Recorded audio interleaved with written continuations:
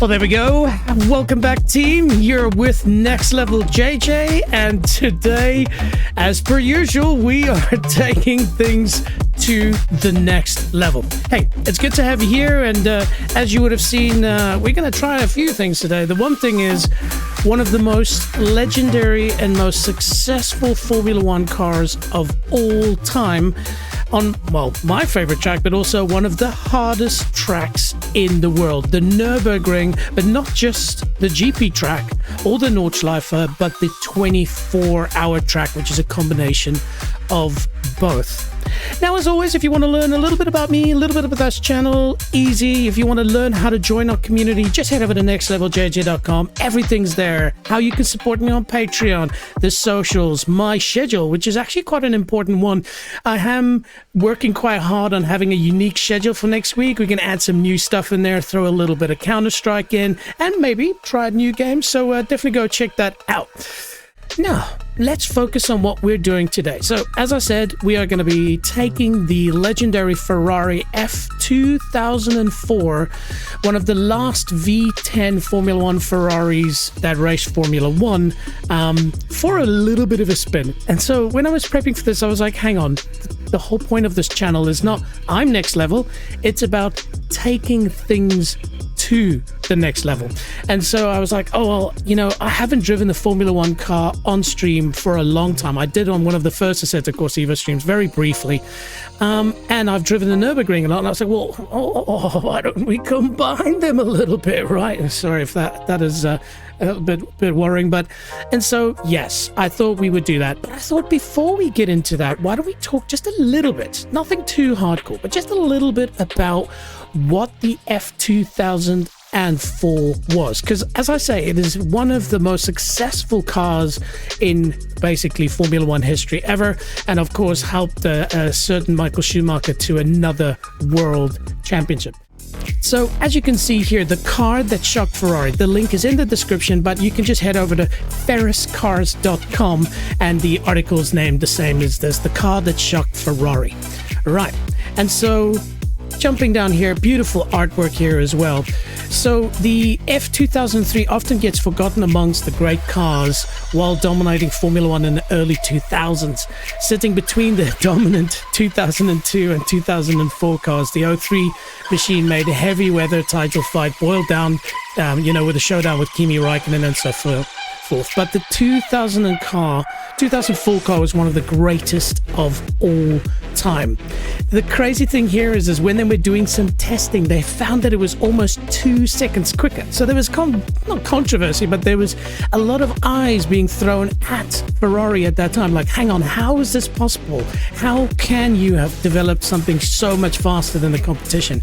And so, of course, there was lots of things checked, but basically it was just, it happens in Formula One. If you're a Formula One fan like myself, you know now and then all the pieces connect. You know, when you have, for instance, an Adrian Newey and a top engine designer and a top driver and a top dealer principal and a top race engineer and all of these thousands. Remember, Formula One is the biggest team sport in the world. You have thousands of people working together to make one car go super duper fast. And so when you get this perfect combination of things, you just create something that's dominant, that just nobody can catch up to. And as much as people don't like that, I love it, because this is as much an engineering sport as it is a sport of excellence of humans. But so anyway, it did crazy stuff, and it's because you had the brilliant minds of people like Rob Smedley.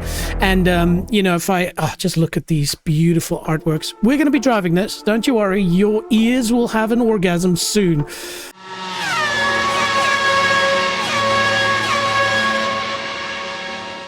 But so designer Rory Byrne, one of the legendary Formula One designers of our time, South African, by the way, he was accredited for being a superb big thinker and so forth. But there was lots of other people. Obviously, Rob Smedley was there. But if I remember correctly, you had Jean Todt.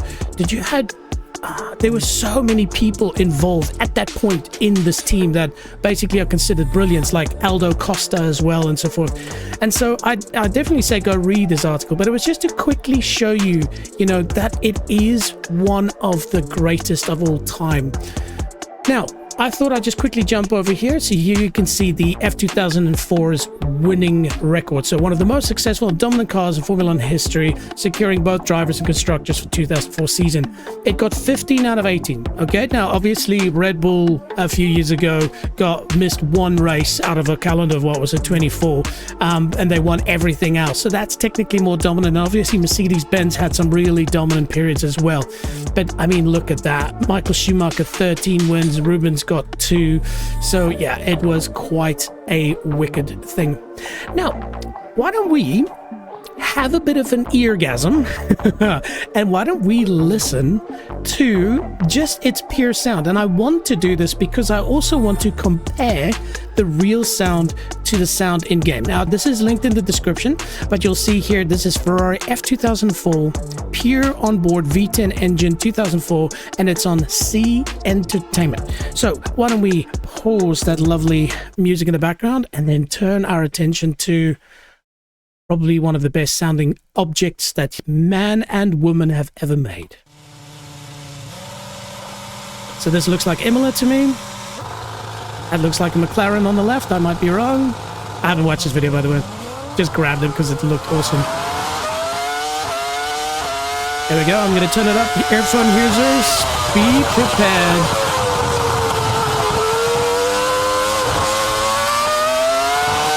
Oh.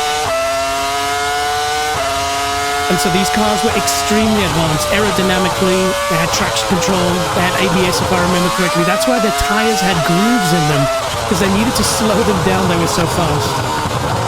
These records, most of them only recently got taken by new cars. So here's Schumacher. Jeez, how's that? Just flat out. Ding, ding, ding, ding, ding, ding, ding, ding. And there we go. I think this is Barcelona or Spain. Oh, man. You know, there was this great video where Alonso was driving the old Formula 1 car from Renault V10, and they were interviewing Lewis Hamilton, and it drives past, you just see Lewis, he just becomes a sunflower for a second. He just, his subconscious just needed to take in that beautiful sound, and he just stopped talking, and everybody just says, bring back the V10s, man. Oh, that sound is just so good, man. I mean, it's the greatest sound of a racing car ever. What?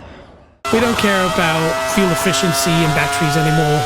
You know, that's Formula E, which, by the way, Formula E is great, and I definitely want to give that a go at some point on a sim. But,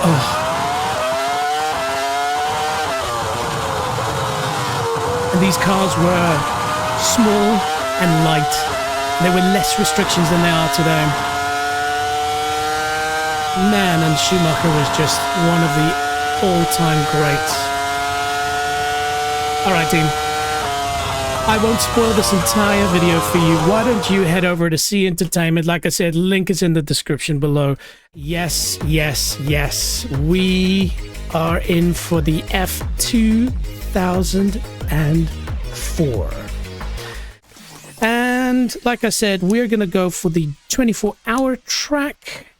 And I think we'll put on automatic ignition because realistically, this car, the driver couldn't start it. Well, no, it had anti-stall, but once it died, you actually have to stick a thing in the back of it that turns the engine. So that's accurate.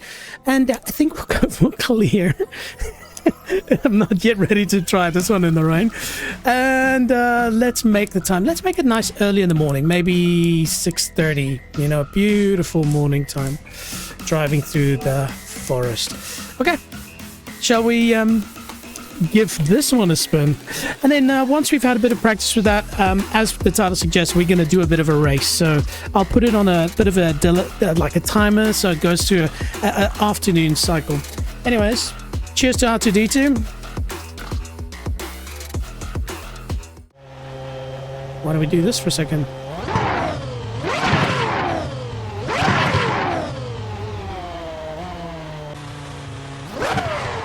That's a good view of the steering wheel, actually. Oh, that's the angle, team. That's the absolute angle. There we go. That's me technically, but I think judging by the helmet, that is Michael Schumacher sitting in it. Oh, you see the tires, they had grooves in them. That's a way to them to have slowed these teams down because the cars were basically setting lap records and really, really going fast.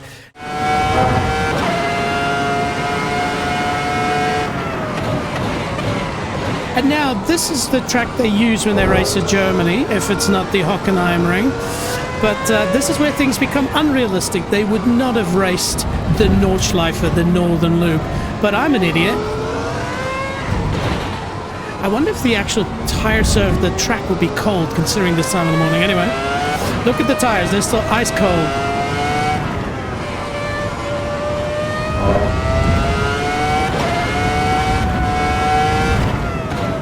Now, a car that you drive around the Nürburgring, you want to have the suspension set up relatively softly so you can ride curbs. This, I think if I touch the curbs of this Formula 1 car, we're going to die.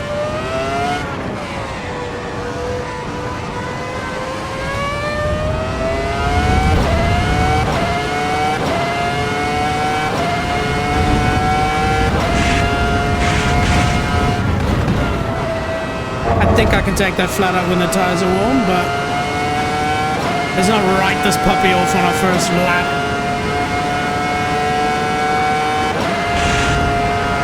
This also should be flat. Let's give it a go.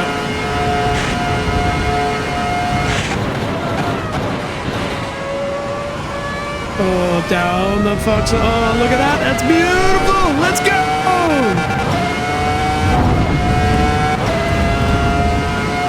Just 300 k's an hour, whatever.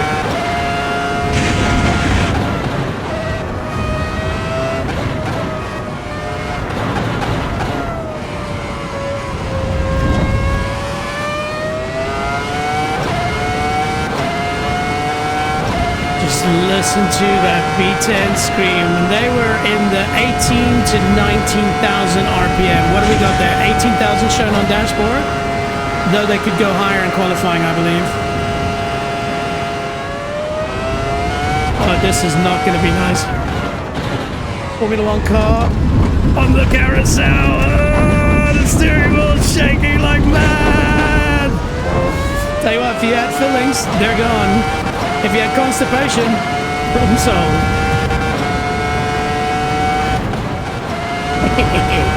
Are we going to jump? No, we've got aerodynamics, of course. Like over a ton of downforce, I believe.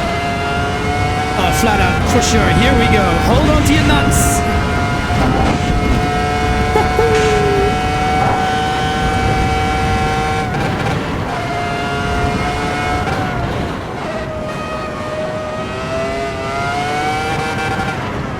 Down the mini carousel. There we go.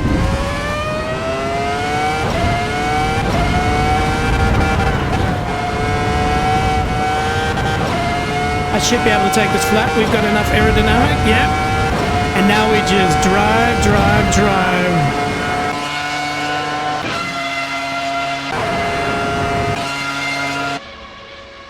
Oh, listen to this. If I can hold the steering wheel straight enough. All right. What are we doing? 329. And remember, it's the aerodynamics. We could definitely go faster than that if we had a Monaco spec wing. Alright, here we go. Time to do some braking.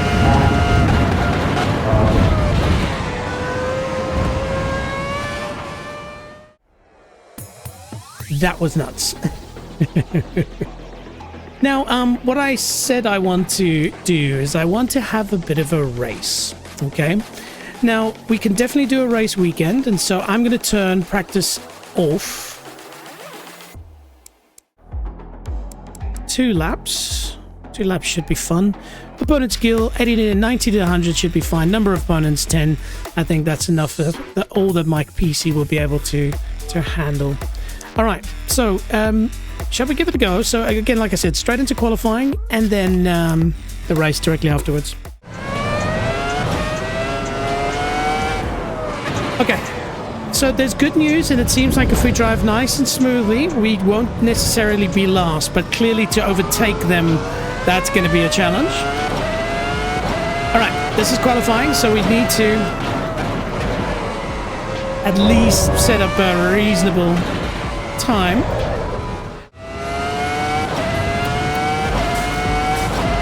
And so interesting, I did notice that at the top of this hill, they obviously shift up to 7, but then it starts to lose performance. And so what I did is just through the kink, I just dropped down the gear, and it's like this car just got an extra second of time. See, so I just go like this.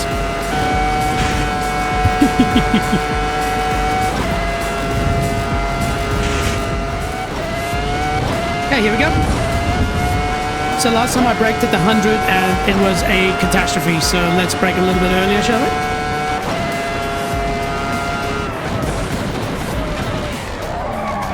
Okay, it's not too bad.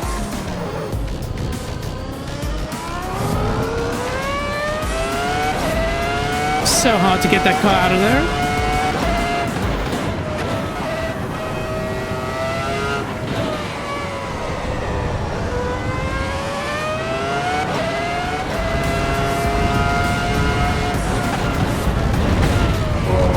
Came in a bit hot there too. Getting gutsy now, riding the curbs.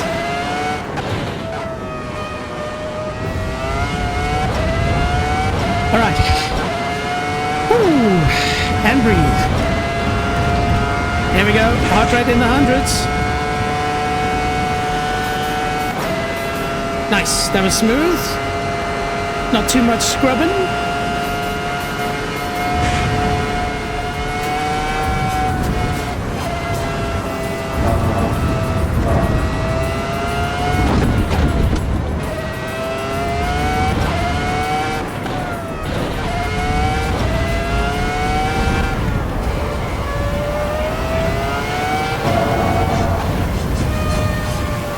Oh, not too wide. Oh, got lucky there.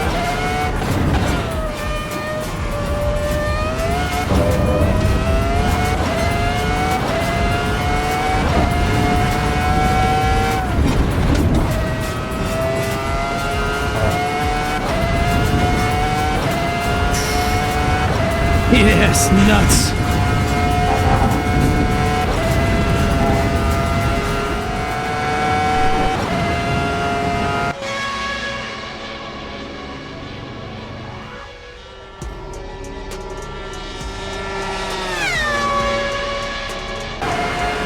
All right, feel low, that's good. That means 2 laps looks to be pretty sweet.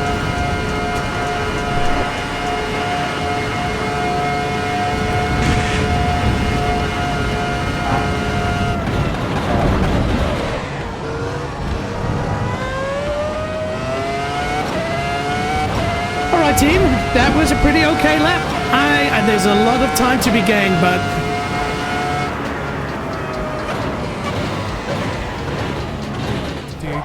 so we ended up being 4th after they actually did all of their qualifying. I'm happy with that. The thing is to make it through the first 2 corners. The S-bend is the worst in my opinion in racing. To make it through there, and then with cold tires, because remember the AI is much better at understanding how to operate the cold tires, whereas me, yeah, I'm a human. I am made of squishy bits. And so I expect us to lose a lot of time. A lot of time. Let's do it.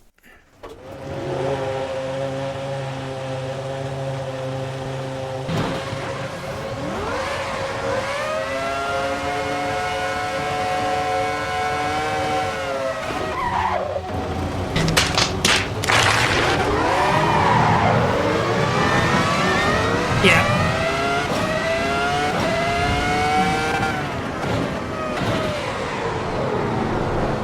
See, they're just glitching through each other, which is crazy. I'll try and go wide here to hopefully not be collected. Okay.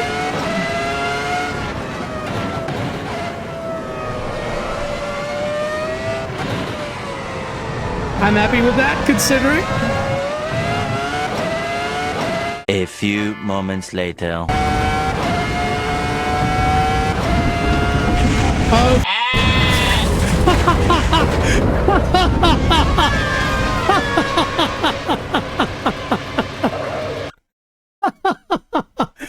I knew it the moment I touched the grass. I knew it instantly. All is well in Ferrari land. We're going through the section which is so delicious. You can just go it flat out. Just don't touch the grass. You are fully aerodynamically loaded at this point, and turn to the right, touch the grass.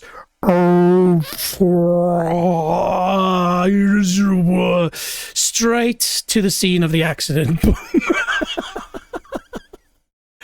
Oh my goodness. Okay, all right, there we go. Bang! How to crash one of the most legendary Formula One cars of all time. 101 heart rate, yep. I seem to keep switching positions. Bearing my foot.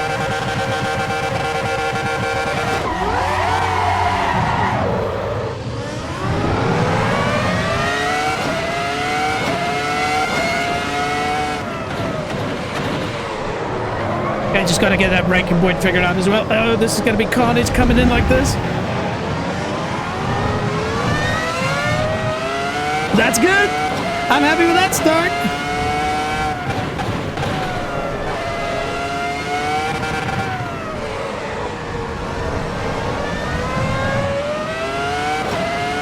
As long as we're inside of the podium, that's a good one.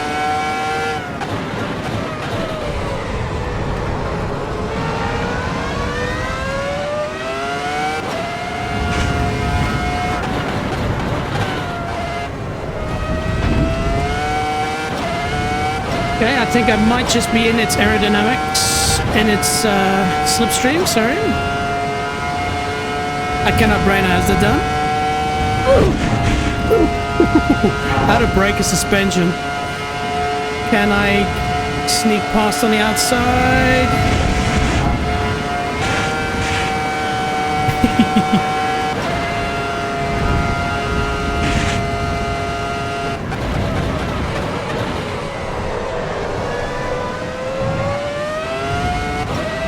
Can't see.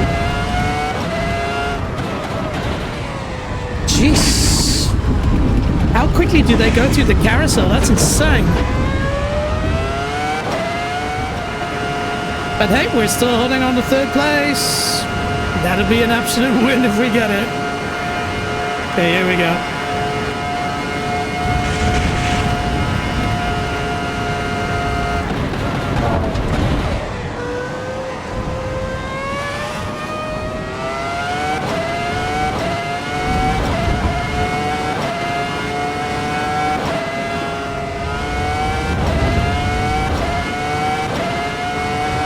Okay, now it's going to get a bit of an aerodynamic slipstream boost, which is not ideal, but...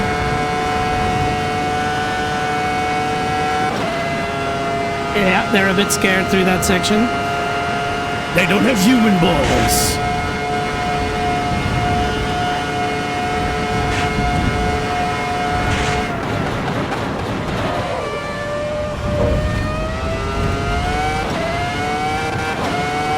Focus on your gears. Don't worry about them.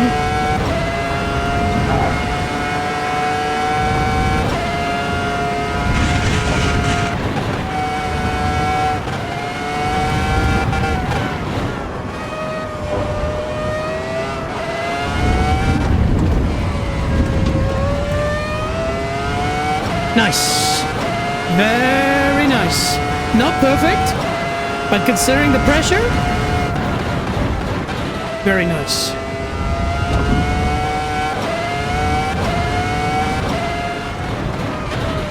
They just go into this so freaking quick. It's amazing. There they have AI kahunas.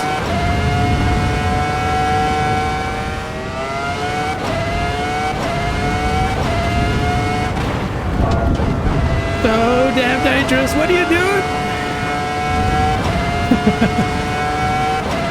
Oh my goodness.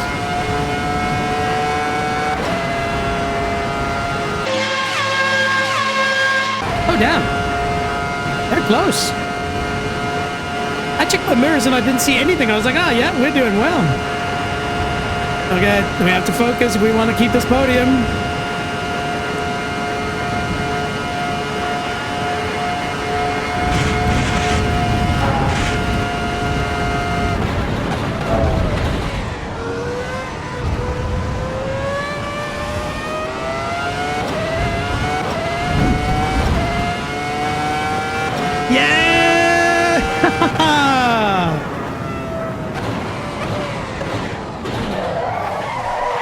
The unfortunate thing is you can't do a burnout on it.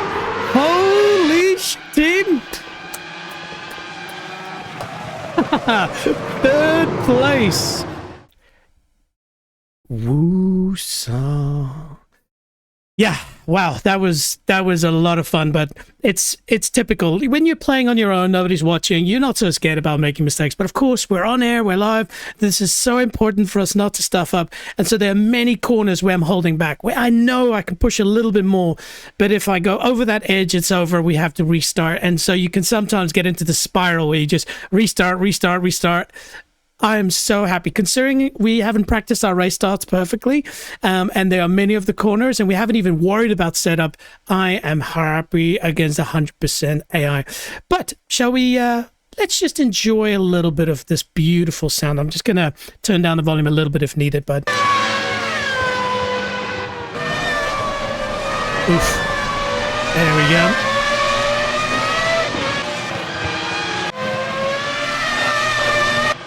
But yeah, they were with me the whole time, man.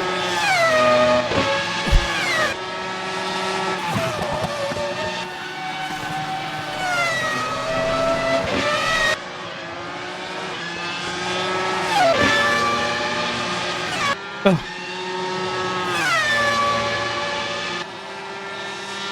Yeah. And these things were real, man. Yes, it's bringing a tear to mine.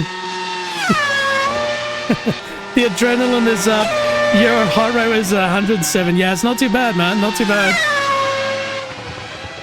The Rocket League gets it over 130. That game's on another level. 113. Yeah, good stuff. Oh, this is going to be beautiful. Listen to this.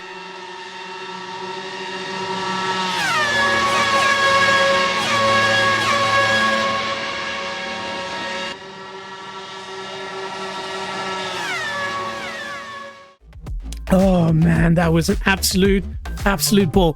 So, you know, a lot of times when you do streaming, you look forward to editing things afterwards, especially this today, because there are going to be many amazing moments. But it's been fun. I really look forward to seeing you at the next one. As always, if you want to, you know, check out my socials, check out my Discord, you know, maybe support me with Patreon or whatever, head over to nextlevelj.com. It's as simple as that, and there's 2 J's in that. And then stream Beats by Harris Heller on Spotify. Again, link in the description. Go and check them out. But look, this is fun. Check out my schedule. There's a couple of streams coming up soon. I look forward to seeing you there. Take care. Ciao.